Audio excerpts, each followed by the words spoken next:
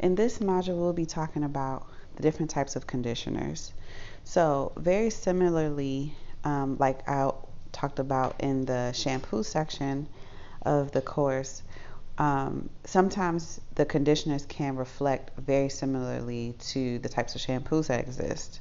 But I want to go over the most common types that you will encounter and or need, and then talk about a little bit of like the pros and cons and kind of how you should know which ones you need for your own hair.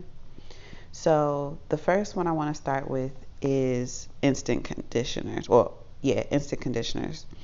So instant conditioners, these are your conditioners that you will see when you go into a store, and let's say you read the back of the label and it says, no heat is required, or only leave in for 2 to 3 minutes or 5 to 7 minutes. Typically, those are your instant conditioners. Sometimes it will say it on the bottle depending on how it's described, but I want to get you all in a better mindset and a better space to actually put clues together, because sometimes you'll read things, or sometimes the description of things can be misleading, just because they're simply advertising. So sometimes you may see a conditioner, that says, like an actual rinse out conditioner that says, you know, super hydrating, moisturizing, all that type of stuff. And those wording can, those types of wording can be a little misleading to make you feel like, okay, this is a deep conditioner, when essentially it wasn't. So typically, like I said, those conditioners you are going to apply right after you have rinsed out your last bit of your shampoo, and you're going to apply that and still go through your detangling process with that conditioner in, and then simply rinse out depending on how many minutes they suggest to leave it in. But typically it's going to be under 10 minutes to be considered a deep conditioner. So moving right along, let's go into deep conditioners. Everybody's favorite, right? We love deep conditioners. We feel that deep conditioners are magic. They are magical, and that's what makes our hair healthy. And so I want to talk a little bit about deep conditioners from a standpoint of knowing when you need to deep condition. I talked to many clients, over these last few decades of doing hair, and when deep conditioning at home, sometimes a lot of you may go a little overboard and sometimes actually over condition your hair. So sometimes I know people may, take an instant conditioner, something that's intended to be rinsed out in 10 minutes or less, or 5 minutes or less, and they'll leave it in their hair overnight, or they'll leave it in for hours, thinking that it's giving more hydration or moisture to their hair, when essentially it's not. And so you're actually just wasting time, wasting product, and you could really just do a high quality deep conditioner if you really, really want to see some better results from your conditioner performance. And so with deep conditioners, most of the time they require some form of heat. Typically, you would try to find a deep conditioner that actually suggests on the back that you add heat. Sometimes nowadays you may have conditioners that say, hey, leave on for 30 minutes, or use under a steamer, or just, put under a dryer for 30 minutes or 20 minutes or whatever. Sometimes even low as 15, depending on the brand of deep conditioner that you're using. But I want to just promote once again how simple hair care really can be. So with deep conditioning, you don't have to deep condition every single time you have a wash day.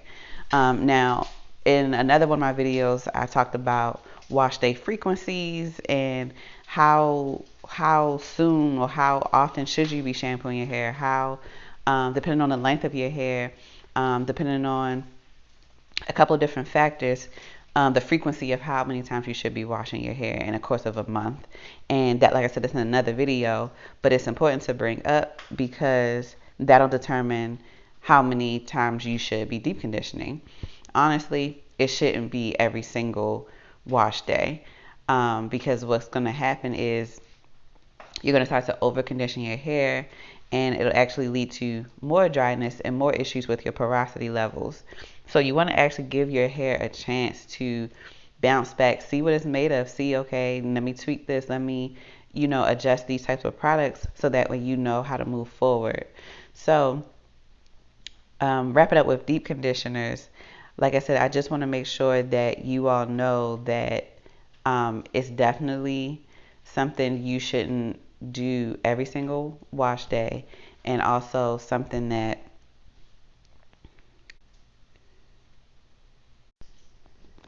also with the topic of conditioners in general, but especially deep conditioners, conditioners are simply a band-aid for issues that are going on in your hair. So let's say, for example, you take a look at a cuticle strand, a hair strand, and the hair strand is made of 3 different parts, but specifically I'm going to talk about the cuticle part right now because that's the part that conditioners address. If you have a rough cuticle, which is the outer layer of your hair, if you have a rough cuticle, or your cuticles are raised, they are a lot of openings, you have a lot of like splits, or cuts kind of like going with along the strand due to damage or over manipulation, dryness, breakage, whatever. A conditioner is built to fill in those gaps. Okay, so if you look at a strand before you apply your conditioner, you'll see all those different pieces of the cuticle and how they're lifted and all of that, and the rough spots. And so after you apply your conditioner, that is built to fill in those gaps. Okay, but over time those gaps will come back. Okay, and so that's why people be like, okay, my hair felt good earlier, but then it got dry the rest of the week or whatever. That's because you're still addressing the problem. So just wanted to take a pause right there and let you know the purpose of conditioners and why we shouldn't look at them as our saving glory. It can be super helpful, with building your moisture retention and allowing your hair to feel more smoother and manageable and softer. But essentially, it's not addressing the issue when you look at it from the standpoint of instant conditioners and deep conditioners. Okay, so what can help actually fix the problem or the root of the problem is my next one, and I'm talking about reconstructive conditioners and or protein conditioners. So reconstructive and protein conditioners, pretty much those are your conditioners that are going to add strength to your hair. Those are the conditioners that have been formulated to actually fill in those gaps. So for example, one of my favorite things to use when addressing a client's hair needs that has been definitely going through a lot, if their hair has gone through a lot of damage, a lot of trauma, just been doing a lot, and I know their hair, they don't want to cut their hair or whatever, that's when I pull out the big guns, which is Olaplex. Okay, so just using it as an example, Olaplex is actually a bond multiplier. Okay, and so what I mean by a bond multiplier is, so remember when I talked about how the cuticle, depending on the condition of your hair, has broken pieces and broken spots. And so what a bond multiplier does, like Olaplex, basically it goes into your strands and rebuilds those bonds that have been broken. And so your cuticle actually will start to repair itself, because the product of Olaplex is actually going in and filling in, not just filling those gaps, it's rebuilding the bonds that were broken in the first place to even make you have gaps on your cuticle strands, if that makes sense.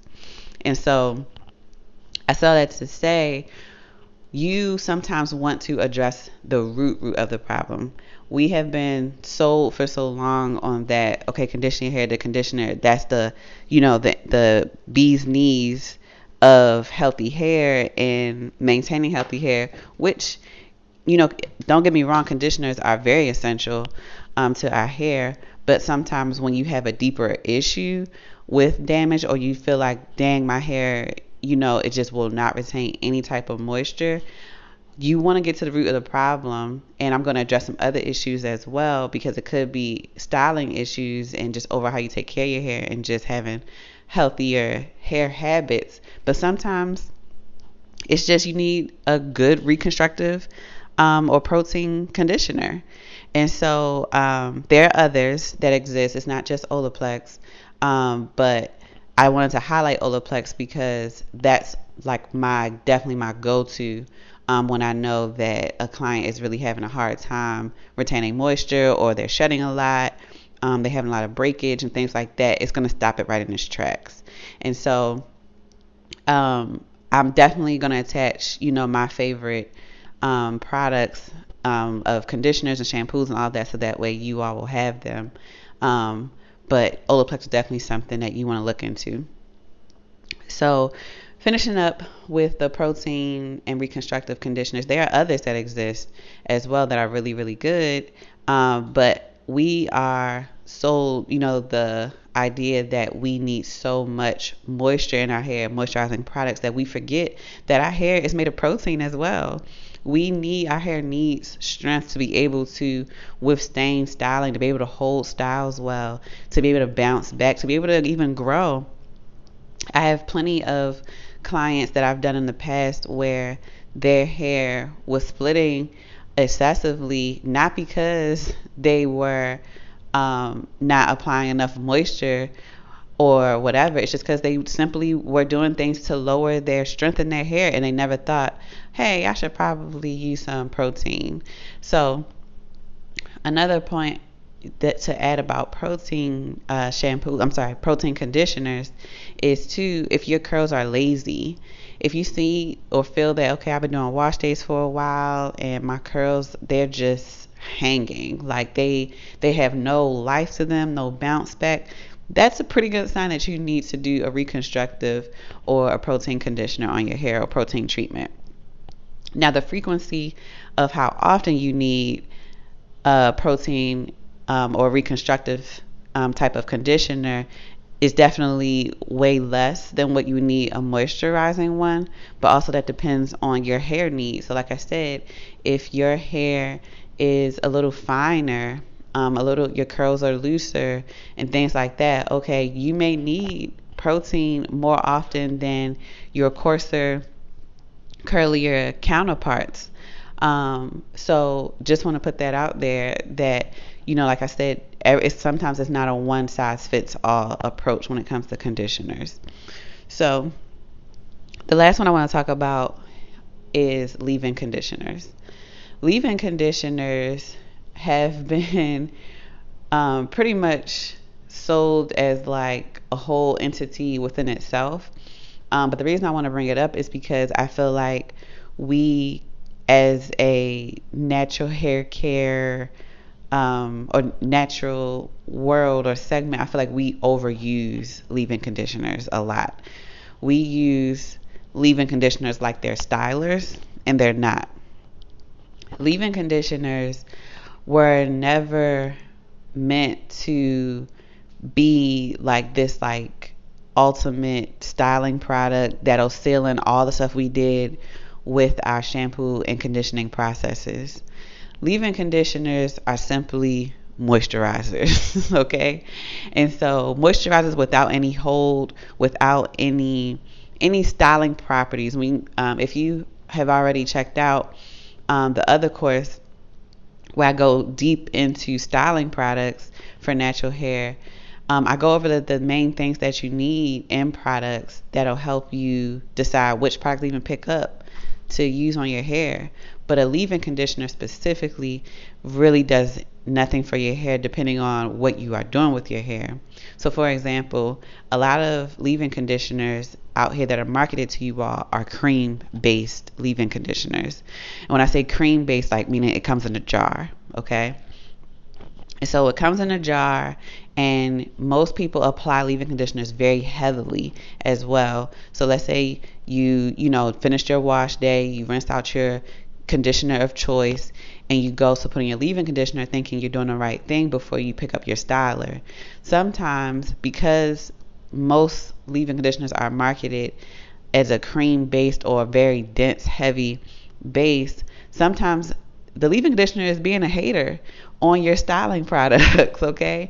And so when you go to style your hair and you're like, dang, I did all this work, I did a braid out, I did a twist out, I did, my finger curls or whatever, and my hair is frizzy the next day, or the humidity got to it or whatever, it's because you applied way too much leave-in conditioner, or you didn't need leave-in conditioner at all, or the choice of leave-in you used was wrong for what you were trying to do.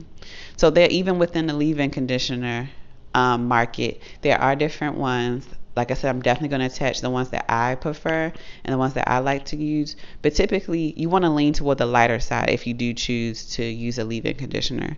You want to make sure that the leave-in conditioner is lighter and it complements the style that you're trying to do. So for an example, if you are doing a wash and go, you're not going to pick up a heavily dense leave-in conditioner to apply on your hair before you apply all your gels or your foams or whatever you use, because it has so many emollients in it, so many moisturizing properties. Your definition is not going to come through like you want. It's not going to have any hold, and it might even lead to buildup, and you might even see some flaking as your hair dries. So I know there was a mouthful as far as the conditioner world is concerned, but I want to just really, just be real with y'all and explain to y'all what is going on in the conditioner world and put y'all on game. Like, this, it doesn't have to be as complicated as people make it seem, but honestly, it's not y'all fault. And so, like I said, I hope I can continue to shed light and make things very simple for you all, so that way you can understand your own hair better and how to address your hair care needs and those others around you that you love and care about. So I'll see